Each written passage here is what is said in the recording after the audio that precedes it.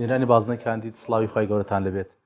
خۆشحاڵین جارێکی دیکە و لەگەڵ کاندیدێکی دیکەی کۆمەڵی دادگەری و لە یەکێک لە بازنەکانی شاری هەولێر بێەوە دەگەینەوە کاندیکەمان لەگەڵا کە ئێمە وردەوە دەبەرە و کۆتایی ڕۆژەکانی بانگەشە دەچین بەڕاستی ئێستا لە ڕۆژانێکی گەرمی بانگەشە داین دەمانێت سەرنجی ئەوان یاخود کار و پرۆژەی کاندیەکانی کۆمەڵی دادگەری و ئەگەر بەیانی دەنگی پێویست بەدەستبێنن چنە ئەنجومەی نوێنەران بۆ ئێوە ڕوون بکەینەوە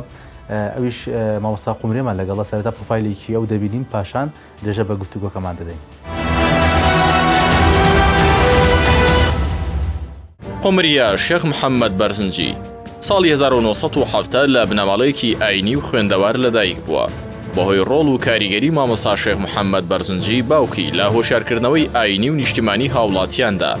ڕژەمی باز تەنگ بە بنەماڵەکان هەڵدەچنێت و بڕیاری گرتن و دوورخستنەوەیان دەدات.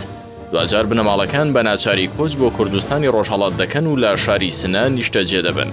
لە شاری سنە خوێندنی ئامادەی تەواو دەکات و بڕوانامەی بە کالەروس لە ئەدەبی کوردی بەدەست دەێنێت و زانستە ئیسلامیەکانیشی لای مامۆستا شێخ محەممەد بەرزنجی باوکی دەخوێنێت. لە نێوکاری ئیسلامیدا بەردەوامی با چالاکیەکانی داوە. لە ئەردوو کۆنگرەی 2015 و 2021دا بووە ئەندامی سەرکردایەتی کۆمەڵی دادگەری کوردستان.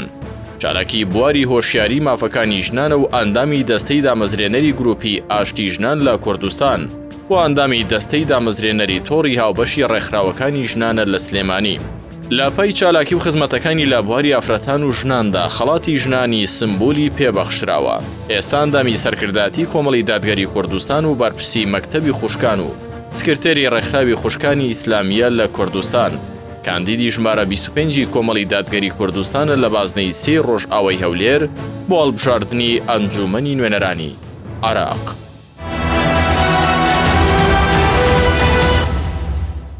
دووبارە سڵاوتان لەبێت. مامۆستا قومرێ سوپاس بۆ ئامادەبوون لە بەرنامەی بازنەی کاندید. سپاس بۆ ئێوەش دەستان خۆش بێ سپاس بۆ مادووبوونتان. ئەگەر سەرەتا بەوە دەست پێ بکەین بزانین تۆ لەسەر چ بنەمایەک یاخود لەسەر چ ئاستی خۆت بەبژێر کردووە بۆ ئەنجومەی نوێنەرانی عێراق. بەناوی خۆی گەورە و میهرەبان جارێکتر بە خێراتنتانەکەم بەخێردن سەرچاومان دیاڵە من ئەوێ بڵێم بەهۆی خەباتی چەند ساڵەمان لە کار و کاروانی پرۆژەی ئیسلامیدا پرۆژەی ڕابوونی ئیسلامی کوردستان سوپاسی ئەنجومەنی سەرکردایەتی جەنابی سەرۆک و ئەنجومەنی باڵای کۆمەڵی دادگەری کوردستانەکەم کە ئەو متمانەیان بە خوشکی خۆیان بەخشی کاندیدم بکەن بۆ ئەنجومەی نوێنەرانی عێراق کە ئەرک و بەرپرسیارەتێکی گرنگە بۆ کۆمەڵی دادگەری کوردستان و لە ڕاستیە من کاندیدی خۆم نیم کاندیدی حیزبم و لە خزمەتی ئەو کار و کاروانەدا بم لە هەر وێزگەیەکە کە پێویستی بە قومریە شێخ محەممەد بەرزنجی خۆشت بە تەواوەتی خۆت ئامادە کردووە ئەگەر دەنگی پێویست بەدەست بێنی وچیتە پەرلەمانی عێراقەوە بە دڵنیاییەوە بەهۆی ئەو تەجروبەیی کە لە درێژایی تەمەنم هەمە من بە حکمی ئەوەی کە هەر لە منداڵیەوە ئاشنا بووم بە کاری سیاسی و لەگەڵ ئەو کار و کاروانەدا گەورە بووم ئاشنایەکی باشم هەیە بۆیە لە خۆم ڕادەبینم لە هەر ئەرک و بەرپرسیارەتیەک کە پێم بسپێرێ لە خزمەتی ئیسلام و بەرنامی پیرۆزی ئیسلام و کاروانی پیرۆزی کۆمەڵی دادگەری دابێت بتوانم ئەو ئەرک و بەرپرسیارەتیە بگەێنمە مەنزڵی خۆی و بتوانم تەحقیقی ئامانجەکانی کۆمەڵی دادگەری کوردستان بکەم کە ئاشنایەتێکی باشم هەیە لەسەر ئەو بناغە و ئەو نیەتە و ئەو بنەمایی کە ئەو حیزبەی لەسەریدا مەزراوە. زۆر باش مامۆستا ئەگەر ئەمە بکەمە پرسیارێکی تایبەتی ئەگەر ئەم مەسەلەی کاری سیاسی و بەڕاستی نوێنەرایەتی خەڵک جارێک بۆ پیا و قورس بێ لەوانە بۆ ڕێگەزی بەرامبەر یاخود بافرە دوو جار قورس بێ ئەتۆ چۆن هەوڵ دەدەی ئەمە بەیەکەوە بگونجێنیت دەوام تو کاری سیاسی و نوێنەرایەتی خەڵکیش؟ فەزلی خۆی پەروەردگار لەگەڵمانایە چونکە بەڕاستی ئێمە نیەتمان خزمەتە نیەتمان برەودانە بە کار و پرۆژەی ئیسلامی لە کوردستان بە دڵنیاییەوە ئەو پرسیارە زۆر جار هاوڕێکانم لێمەکەن هاوپیشەکانم لێمەکەن کە ئێمە کە ئیشێکی دەواممان هەیە زۆر بە زەحمەت پێ ڕادەگەین تۆ چۆن ئەتوانی پێی ڕادەگەی ئەمەش یەکەم فەزلی خۆی پەروەردگار پاشان هاوکاری و پشتیوانی ماڵەوەم بەتایبەت هاوسەری بەڕێزم کە زۆر هاوکار و یارمەتی دەرێکی باشە لەو بەڕێوەبردننی ئیش و کارەکانمە لە سەرجەم وێزگەکانی ژیانە توانیوێتی هاوکارم بێت و لە کاری سیاسیشە سوپاس بۆ خۆی پەروەردگار قەناعەتی بە توانا و لێهاتووی و کارەکەی من هەیە بۆیە پشتیوانمە هاوکارمە یارمەتی دەرمە و لەگەڵ ئەوەشە خۆی پەروەردگار هەمیش بەردەوام لەگەڵ ئەو کەسانەیە کە بە ڕازگۆیانە و بە پاکی ئەیانوێت خزمەت بکەن باوەڕەکەی کە زۆر جار ئەچمە ناو یعنی من کارەکەی من لەوانێت چەند جارێکیش لەوە قورستر بێ چونکە بەشێک لە خزمەتەکەم لە هەولێرە من بە حکمی ئەوەی بەرپرسی کاروباری مەکتەبی خوشکانی کۆمەڵی دادگەری کوردستانم لەگەڵ ئەوەشە سکرتێری ڕێکخراوی خوشکانی ئیسلامی کوردستانم زۆربەی ئیش و کارەکانم لە دەرەوەی شاریشە لە دەرەوەی هەولێرە لە بەشێکی بەرنامەکە ئێمە دەچینەوێ و کار و چالاکی لێ دەگەڕین بەشی هەولێرم زۆر جار دەچمە هەفتەی چەند جارێکیش دەچمە سلێمانی و زۆر جار سەردانی شارەکانی تریشەکەم چونکە لەو شارانەش بن کەوبارەکەمان هەیە کۆمەڵی خوشکی دڵسۆز کارەکەن ئێمە هەوڵە دەین لە نزیکەوە لەگەڵیان بین بۆ ئەوی پشتیوانیان بین و لە خزمەتیان زۆر باش مامۆستا بزانم لە ماڵەکەیەوەدا ئەرشیفخانەیەکی باش هەیە چین بەشێکی لەوێش ببینین و پاشان بەڕێ دەکەین بەرەو ڕێکخراوی خوشکان درێژە بەرنامەکە سەرچاو بەخێر بێن بەڵێ ئەرەوەڵە ئێمە بەشێکی شوێنێکی تایبەتمان تەرخان کردووە بۆ خوێندنەوە و مطالعە و ئەرشیفی کار و چالاکیەکانمان لە خزمەتتان فەرموو.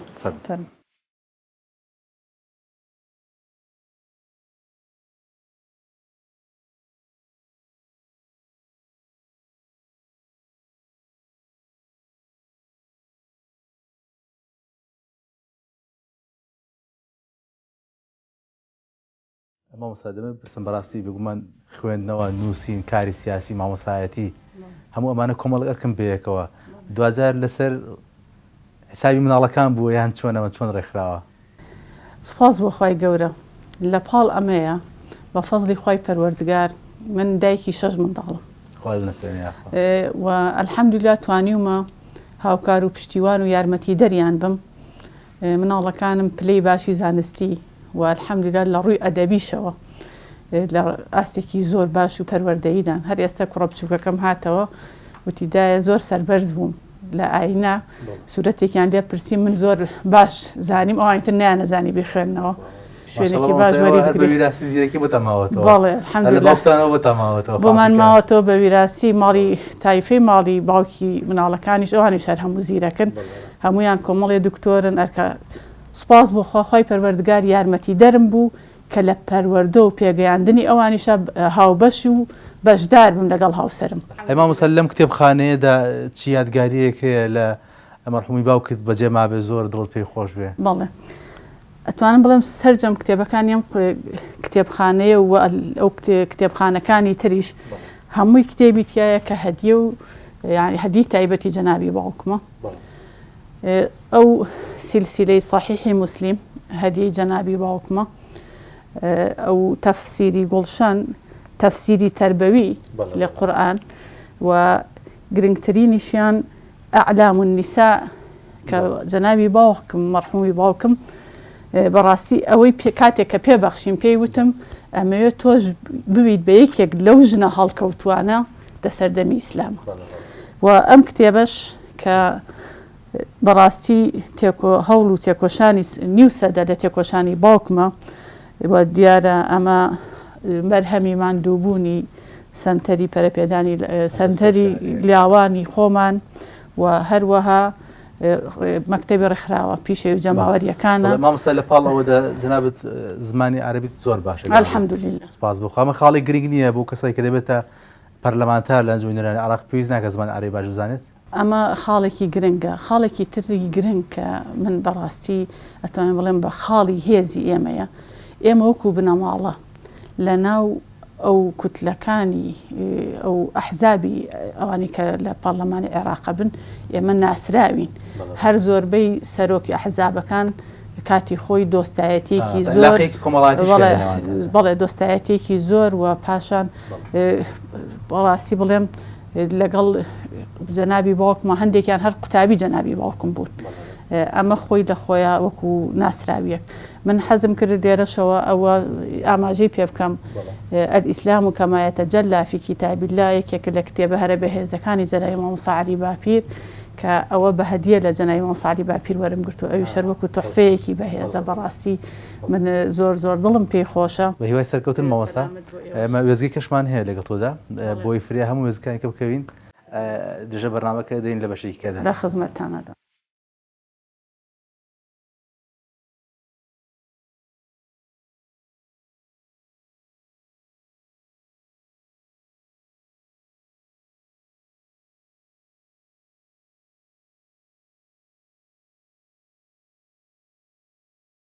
مامۆستا دیارە ئێستا ئێمە دەچین بەرەو ڕێکخراوی خوشکان دیارە بەشێکی داوامی تۆ ڕۆژانە لەوەیە کار و چالاکی تەیە بەس مامۆستا گەبێنە سەر پرۆسەی هەڵبژاردن هەمیشە دەگوترێت لایەنە ئیسلامیەکان وەکو پێویست بوار بە ژنان نادەن بێنە پێشەوە بەڵام ئەوەتە خۆشبەختانە ئەم جارە ئێوە لە کۆی پێچ کاندید بۆ ئەنجومەی نوێنەران دوتان ئافرەتن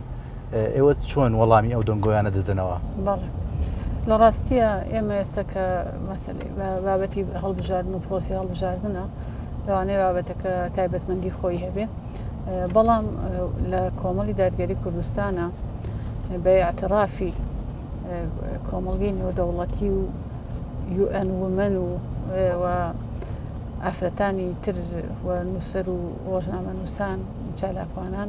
لە کۆمەڵی دادگەری کوردستانە پێگەیەکی باش بە ئافرەتان دراوە و لە ڕیزی پێشەوەی ئەو حیزبانەیە لە ڕیزی پێشەوەی ئەو حیزبانەیە کە ئافرەتی لە ئەنجومەنی باڵا و ئەنجومەنی سەرکردایەتی هەیە لەسەر جەمجومگەکانی تری چاودێری و جێبەجێکردنیش ئێمە دیسان ڕێژەیەکی باش واتە لە سەرکردایەتی ئێمە لە 120مان ئافرەتەوە و ئافرەتانش بە دەنگی خۆیان لە کۆنگرە بە دەنگی ئەندامانی کۆنگرە متمانیان پێبەخشراوە چوونەتە سەرکردایەتی لەلای ئەو تەکسیەوە هات تۆزێ ئەولاتر چیتەوە سەر 120 زۆر باشە بەڵێ مامۆستا لێرەوە ینی ئێمە ئەو دەنگۆیانە بە عەمەلی لای ئێمە ڕەت کراوەتەوە کە نەخێر وان نییە لە کۆمەڵی دادگەریە تایبەتمەندی دراوە بەکاری ئافرەتان بێجگە ئەوەی کە ئێمە لەسەر جەمجومگەکانە هەین لە ڕاستیە ئێمە مەکتەبی تایبەت بە کاروباری خوشکانمان هەیە و پاشان ڕێکخراوی جەماوەریمان هەیەی ئافرەتان و لە مەکاتیبەکانی تریشە بە ڕێژەی لە 125 ئێمە ئافرەتمان هەیە بۆیە و ئافرەتانی ئێمە لە هەر شوێنێکیش بوو بن بەڕاستی هەر ئاوەڕێک بڕۆ جێگە دەستیان دیار بڵێ مامۆستا بەیانی ئێوە ئەگەر دەربستن و ببنە ئەندامی ئەنجومەی نوێنەرانی عێراق کار و پرۆژەتان چییە؟ چیتان پێیە بۆ خەڵک نەک بۆ حیزبەکەتان؟ بەڵێ ئێمە هەر وەکو چۆن کاتێک کە ئەرک و بەرپرسیارەتیمان هەبووە لە کۆمەڵگەدا توانیمانە ئەو ئەرک و بەرپرسیارەتی خۆمان بە باشترین شێوە جێبەجێ بکەین دیارە ئەو ئەزمونە ئەگوازینەوە بۆ ئەنجومەنی نوێنەرانی عێراق کە پێگەیەکی گرنگە بە نیسبەتی هەرێمی کوردستان و کوردستانیان و خەڵکی هەرێمی کوردستان بۆ داکۆکی لە حەق و ماف و چای سەداراییەکانیان چونکە ئێمە بەشێکین لە عێراق لە عێراقی فیدراڵ و دەستوری عێراق بنەمایەکە کە دەکرێت لەوێ ئێمە پێگەی کورد و خواست و ویست و حەق و مافەکانمان لەوێ بەڕاستی جێگیر بکرێت و لەو یاسابەرکارانەی کە دەردەچن لە ئەنجومەنی نوێنەرانی عێراق دیسان ئەکرێ ئێمە داکۆکی کارێکی سەرسەختی مافەکانی گەلی کورد و مافی ئافرەتان بین لەوێ بۆچی ئێمە سەیرەکەین لە بەندی 2 دەستوری عێراقا تەکید لەوە کراوەتەوە کە ئاینی پیرۆزی ئیسلام سەرچاوەی سەرەکی یاسادانانە ئێمە ئەمانەوێت دەستوری هەرێمی کوردستانیش هەرو هاوشێوەی دەستوری عێراق واتە ناتوانێت پێچوانی ئەو دەستورە بێ کە ئاینی پیرۆزی ئیسلام سەرچاوی سەرەکی یاسادانان بێ بە نیسبەتی کۆمەڵی دادگەری کوردستانەوە ئەمە خاڵێکی گرنگە و بە نیسبەتی داکۆکی لە مافی ئافرەتانیش دیسان خاڵێکی گرنگە چونکە ئێمە قەنەعەتمان وایە کە ئاینی پیرۆزی ئیسلام باشترین پارێزەرە بۆ مافەکانی ئافرەتان و لەژێر سای و سێبەری ئاینی پیرۆزی ئیسلام ئافرەتان توانن بگەن بە مافەکانی خۆیان لە بەرنامەی کاری کۆمەڵی دادگەری کوردستان بۆ ئەنجومەنی نوێنەرانی عێراق ڕاستیە تایبەتمەندی دراوە بە داکۆکی لە مافی ئافرەتان و بەدەستهێنانی مافەکانیان لە بواری کۆمەڵایەتی و لە بواری تەندروستی و بە تایبەت هەر ئەبێ ڕێک بڕۆی ئەو ئافرەتانەی کە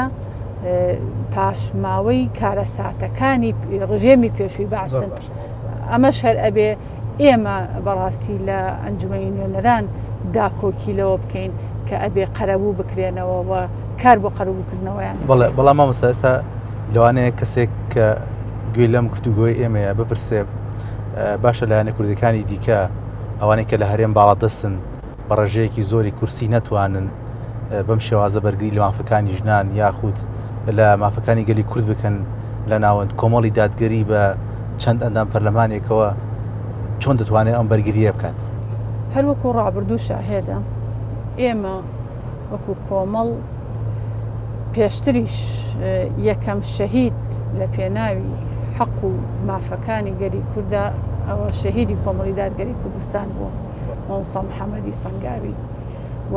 ئێمە ڕاستە بە ژمارەکەم بووین بەڵام وەکو نەوعیەت و وەکو ئەوەی کە کار و خزمەتمان کردووە قورسایی و پێگەیەکی بەهێزمان هەبووە وەکو نوێنەرانی کۆمەڵی دادگەری لە کوردستان بۆچی چونکە خەمی ئێمە خەمی خەڵکە خەمی ئێمە بەرژەوەندیەکانی خەڵکە نەک خەمی کورسی و پلە و پایە و پۆست و دزیکردن و گەندەڵیکردن بۆ لایەنەکانی دیکە خەمی خەڵکیان نەبووە ئەگەر خەمی خەڵکیان هەبووە ئێستا ئێمە بەڕاستی گەلی کورد بەدەستی موچەیی و بڕینی قوتی هاوڵاتیانەوە گرفتار نەدەبوو بەڵام ئەخرەوان هەمیشە حکوومەتی ناوەندی خەتابار دەکەن بەم گرفتارێکی خەڵک پێوە گرفتاری بۆ لاری کوردستان حکوومەتی ناوەندی ئەگەر ئەمان وەکو حکوومەت مامەڵەیان بکردایە بە دڵنیاییەوە باش ناسیونیان چونکە ئەزانن ئەوان هەموو هەوڵ و تێکۆشانێکیان بۆ بەرژەوەندی حیزبیەکانیان و بەرژەوەندی قەسیەکانیانە نەک خەمی جەماوەر و خەڵکی هەرێمی بەڵێ دەرەمە ئێستا ئێمە لە بەردەم پرۆسەیەکی گرنگداین لە عراقدا بەڵێ لە بەردەم پرۆسەیەکی گرنگداین لە عراقەویش پرۆسەی هەڵبژاردنە بۆ ئەم قۆناغش بەڕاستی هاوڵاتی ئەنی تەڕادەیەک بەشێکی زۆری بێئەمەلی پێوە دیارە بەشێکی وەختە بڵم لە ئێستاوە بڕیاری داوە بایکۆتی ئەم پرۆسەیە بکات بەڕای ئێوە جگە لە دەنگدان جگە لە هەڵبژاردننی نوێنەر زۆر باشە جگە لە دەنگدان جگە لە هەڵبژاردننی نوێنەر خەڵک بەدیلێکی لە بەردەزا هەیە پەنای بۆ بەرێت باشترین بژاردە لە ئێستادا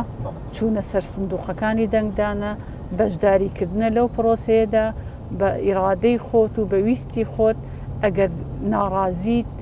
ئەگەر ئەو بارودۆخە کاریگەری خراپی لەسەر تۆ هەبووە کە هەومان دەزانی ناڕزایەتێکی زۆر هەیە نەهامەتێکی زۆر هەیە ستەمێکی زۆر لە هاوڵاتی ئاسایی دەکرێت ستەمێکی زۆر لە هەژاران و فەقیران و کەم دەرامەتان نەکرێت چونکە مەجموعەیەکی کەم بوونەتە دەوڵەمەند و ملیارلێر ئێمە ئەگەر ئەمانەوێت بە شایستەیەکانی خۆمان بگەین و حەقی هاوڵاتی بوون بەدەستبێنین و داکۆکی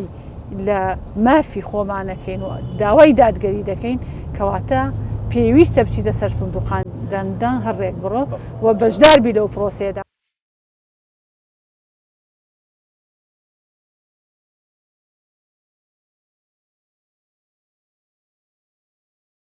سلام علیکم. سلام علیکم. سلام علیکم. باشیەوە سانیعمەت. سلام علیکم. خەریتەکەی هەولێریان هەڵواسیوە بازنەکە ئەو سوورانە بازنەی منە یعنی دیاریان کردووانە بازنەی منە وانیاوە تا دیاریان کردووە.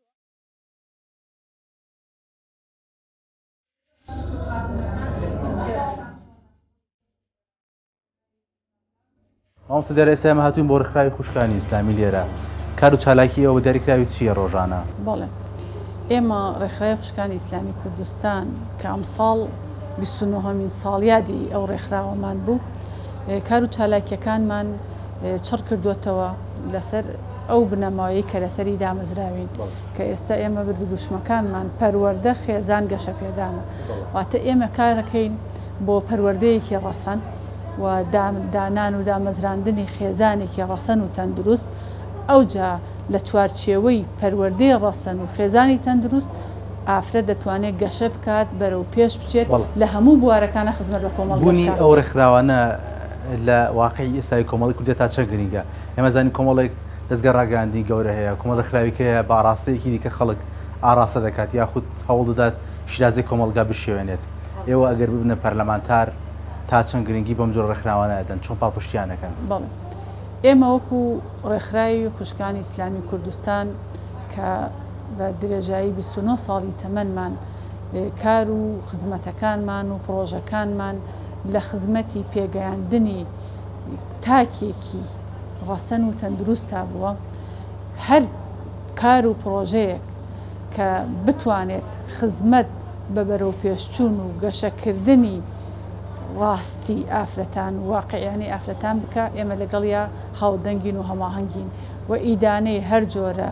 بێڕێزیەک و تونند و تیژیەکمان کردووە کە بەرامبەر بە ئافرەتان کراوە و ئێمە لە هەوڵی ئەوە داین کە ئەو ڕێکخراوی ئێمە ڕێکخراوێکی جەماوەریە هەڵقوڵاوی ئافرەتانی کوردستانە هەڵقوڵاوی ئێش و ئازار و نەهامەتیەکانی ئافرەتانی کووردە ئێمە ئیش بۆ ئەوە دەکەین کە بەشێک بین لە ڕەوانەوەی ئەو نەهامەت و چارەسەری و سیستەمەی کە بەرامبەر بە ئافرەتانەکرێ بۆیە ئێمە لە پرۆژەکانمانە بەردەوام یەکەم شت کارەکەین بۆ هۆشیارکردنەوەی ئافرەتان بە تایبەت بە مافە شەرعیەکانیان لەسەر بنەمای مافە شەرعیەکانیان ئێمە داکۆکی لە ئافرەتانەکەین و دەبینە پاڵپشت و پشتیوانیان و ئێمە لە ڕێکخراوی خوشکان یەکێک لە پرۆژە هەرە گرنگەکانمان کە بەردەوام کارمان لەسەر کردووە خزمەتی ئافرەتانی بێسەرپەرشت بووە ئەوانەی کە بەڕاستی مناڵی هەتیویان هەبووە مناڵی بێباوکیان هەبووە ئێمە پرۆژەیەکی سەرانسەریمان هەیە کە پرۆژەی سۆمای چاوانە و سۆمای چاوان لە سەرجەم شار و شارۆشکەکان بنکەی هەیە و خزمەت بە ئافرەتەکەم دەراباتانەوە ئەو ئافرەتە بێسەرپەرشتانە دەکات مانگانە ئێمە بە هاوکاری خێرخوازان کە سوپاس بۆخوا کە ئێمە جێ متمانەی خێرخوازانین و توانیمانە ئەو متمانەیە بپارێزین هاوکاری ئەو خێزانانە ئەەکەین و ئەمە لە ڕووی مادیەوە بەڵام لە ڕووی معنەویشەوە ئێمە دایکێکی دڵسۆز بووین بۆ ئەو منداڵانە و خوشکێکی دڵسۆز بووین بۆ ئەو ئافرەتانە هاوکاری پشتیوانیمان کردوون و لێرە سنتەرێکمان هەیە بە ناوی سنتەری ڕۆشناییش کە لە ڕووی بەرەنگاربوونەوەی نەخوێندەواری ئێمە ئیش لەسەر ئەوە شەکەین کە ئەو ئافرەتانی چالاکی ئەوە هەمە جۆرە لێرەدا با زۆر دوور نەکەوینەوە چکا بەڕاستی چەند ڕۆژێکی کەم بانگەشە ماوە دەمێ بێمە سەر مەسەلەی هەڵبژاردن و بانگەشەکردن لەم قۆناغەدا گرنگی هاوڵاتی یاخود گرنگترین ئەرک کە لەسەر شانی هاوڵاتی بێ جێبەجێ بکات چیە زۆر بە کورتی وەڵام دێتەوە من و کۆی لەگەڵ لە واقعەکەدام لە ناو هاوڵاتیانی خۆمدام ئەزانم گرفت و معاناتەکانیان چییە بە تایبەت هاوڵاتیانی هەژار و کەم دەرامەت ئێمە بەڕاستی خزمەتەکانمان هەروەکو لە ڕابردووە لە خزمەتی هەژاران و نەداران و کەم دەرامەتانە بووە بەڵێ نەدەین ئەم پرۆژانە فراوانترکەین و لە شوێنێکی بەهێزتر داکۆکی لە مافەکانیان بکەین و بتوانین مافەکانیان لە ئەنجومەنی نوێنەرانی عێراق بە پێی یاسا بۆ ڕێک بخەین بۆ ئەوەی خاوەنی ببنە خاوەنی ژیانێکی شایستەی خۆیان بەڵێ پەیامی کۆتایی مامۆستا قومری مامۆستا محەممەد بەرزنجی چییە ئەگەر بەیانی دەربچێت و ببێتە ئەندامێک لە ئەنجومەنی نوێنەرانی عێراق بەڵێ من لێرەوە داوا لە دەنگدەرانی خۆشەویست بۆ هاوڵاتیانی بە ئەمەکی کوردستان و شاری قەڵاو منارە دەکەم کە بۆ برەودان بە پرۆژە خێرخوازیەکانی کۆمەڵی دادگەری کوردستان بۆ چەسپاندنی دادگەری لە هەرێمی کوردستان و بۆ پاراستنی مافی هاوڵاتی بوون دەنگ بدەن بە قومریە شێخ محەممەد بەرزنجی کاندیدی ژمارە 25 لە بازنەی 3 ڕۆژاوای هەولێر. سپاس مامۆستا بە هیوای سەرکەوتنت زۆر سپاس کە لەم بازنەی لەگەڵمان بوویت زۆر سپاس بۆ ئێوەش دەستان خۆش بێت مەمنون سەلام سپاس گێنەرانی عەزیز سپاس بۆ ئێوەش کە تا چکە ساتە لەگەڵ ئێمانەوە تا بازنەیەکی دیکە و لەگەڵ کاندیدێکی دیکە هەر شاد بن خواتان لەگەڵ بێت سپاس سپاس.